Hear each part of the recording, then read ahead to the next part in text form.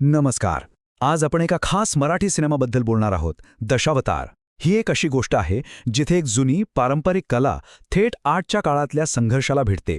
ही फक्त एका कलाकाराची कहाणी नाही, तर त्यातून मिळणारे सामाजिक आणि भावनिक संदेश खूप खोलवर विचार करायला लावणारे आहेत. आणि या सिनेमाची सुरुवातच होते एका जबरदस्त वाक्याने. हा विचार जणू या कथेचा आत्माच आहे. तो पर्यावरण आणि आपली सामाजिक मूल्य यांच्यातला संघर्ष थेट आपल्यासमोर मांडतो. खरं तर ही एकच ओळ अख्ख्या सिनेमाचा सार सांगून जाते. चला तर मग हा संघर्ष नेमका काय आहे हे समजून घेऊया. आणि त्यासाठी सगळ्यात आधी जाणून घेऊया त्या कलेबद्दल जी या पूर्ण कथेच्या केंद्रस्थानी आहे. तर दशावतार म्हणजे नेमकं काय? तर ही कोकण प्रांतातली एक खूप जुनी, जिवंत आणि पारंपरिक लोककला आहे. यामध्ये भगवान विष्णूच्या 10 अवतारांच्या कथा नाट्यरूपात सादर केल्या जातात. म्हणजे ही कला तिथल्या संस्कृतीचा एक अविभाज्य भाग आहे, तिचा श्वास आहे. आणि या कलेला जपणारे, तिचं प्रतिनिधित्व करणारे आहेत बाबुली मेस्त्री. ज्येष्ठ अभिनेते दिलीप प्रभावळकर यांनी ही भूमिका इतकी अप्रतिम साकारली आहे की ती कायम लक्षात राहते. जरा विचार करा, एक कलाकार ज्याने आपलं अख्खं आयुष्य कलेला दिलंय, पण आता वय झालंय, डोळ्यांनी नीट दिसत नाहीये, आणि हाच त्यांच्या समोरचा सगळ्यात मोठा पेच आहे. आणि इथूनच सुरुवात होते 2 पिढ्यांमधल्या संघर्षाला. एका बाजूला आहेत बाबुली, ज्यांना काहीही करून आपली कला जिवंत ठेवायची आहे, आणि दुसऱ्या बाजूला आहे त्यांचा मुलगा माधव, ज्याला वडिलांच्या तब्येतीची काळजी वाटतेय. हा फक्त वडील मुलातला वाद नाहीये, तर परंपरा आणि आजची वास्तविकता यांच्यातला एक संघर्ष आहे. पण हे जे कौटुंबिक नाट्य आहे ना, ते फार काळ तसंच राहत नाही. एका रात्रीत सगळं काही असं काही बदलतं की ही गोष्ट एक थरारक वळण घेते. अखेर मुलाची काळजी बघून बाबुली त्याला एक वचन देतात. ते म्हणतात की ठीक आहे, महाशिवरात्रीच्या रात्री मी माझा शेवटचा खेळ सादर करेन आणि त्यानंतर थांबेन. पण त्यांना कुठे माहीत असतं की हेच वचन त्या रात्री घडणाऱ्या घटनांना कारणीभूत ठरणार आहे आणि कथेला एका निर्णायक वळणावर आणून ठेवणार आहे. आणि मग येते ती महाशिवरात्रीची रात्र.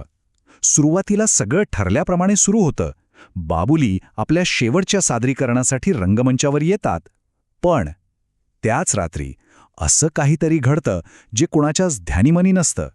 एक भयानक घटना जी त्यांचं आयुष्य आणि ही कथा दोन्ही एका अनपेक्षित आणि धोकादायक वळणावर आणून ठेवते. तर इथे कथेचा सगळ्यात महत्त्वाचा भाग सुरू होतो.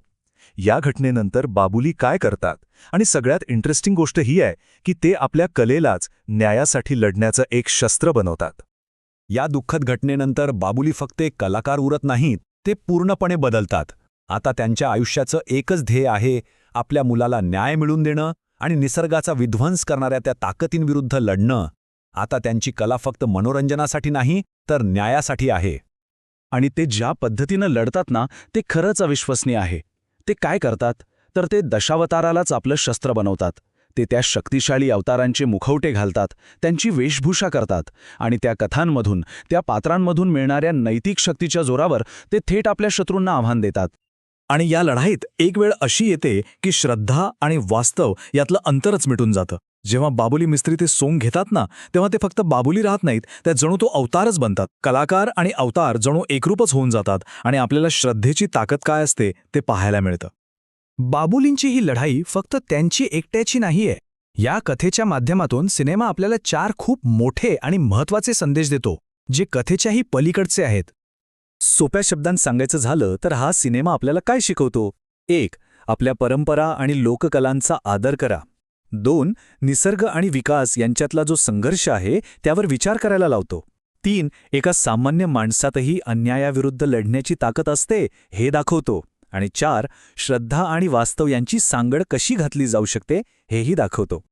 म्हणजे बघा, या सिनेमात एकाच वेळी 3 स्तरांवर संघर्ष सुरू आहे. पहिला संघर्ष आहे संस्कृतीचा, म्हणजे परंपरेला वाचवण्याचा प्रयत्न विरुद्ध तिचा होणारा ऱ्हास.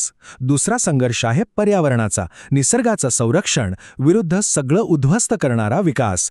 आणि तिसरा, सगळ्यात महत्त्वाचा संघर्ष आहे न्यायाचा, जिथे एक सामान्य माणूस भ्रष्ट आणि शक्तिशाली व्यवस्थेसमोर उभा ठाकतो. मग हे सगळं महत्त्वाचं का आहे? कारण हा सिनेमा फक्त एक गोष्ट सांगून थांबत नाही.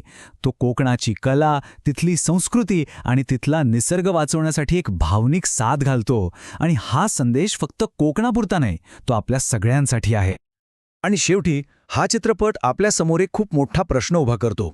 जेव्हा अन्याय आपल्यासमोर असतो आणि आपल्याकडे लढायला काहीच साधनं नसतात, तेव्हा कला खरंच जग बदलण्याचं, न्यायासाठी लढण्याचं एक शस्त्र बनू शकते का? या प्रश्नाचं उत्तर नक्कीच विचार करायला लावणार आहे.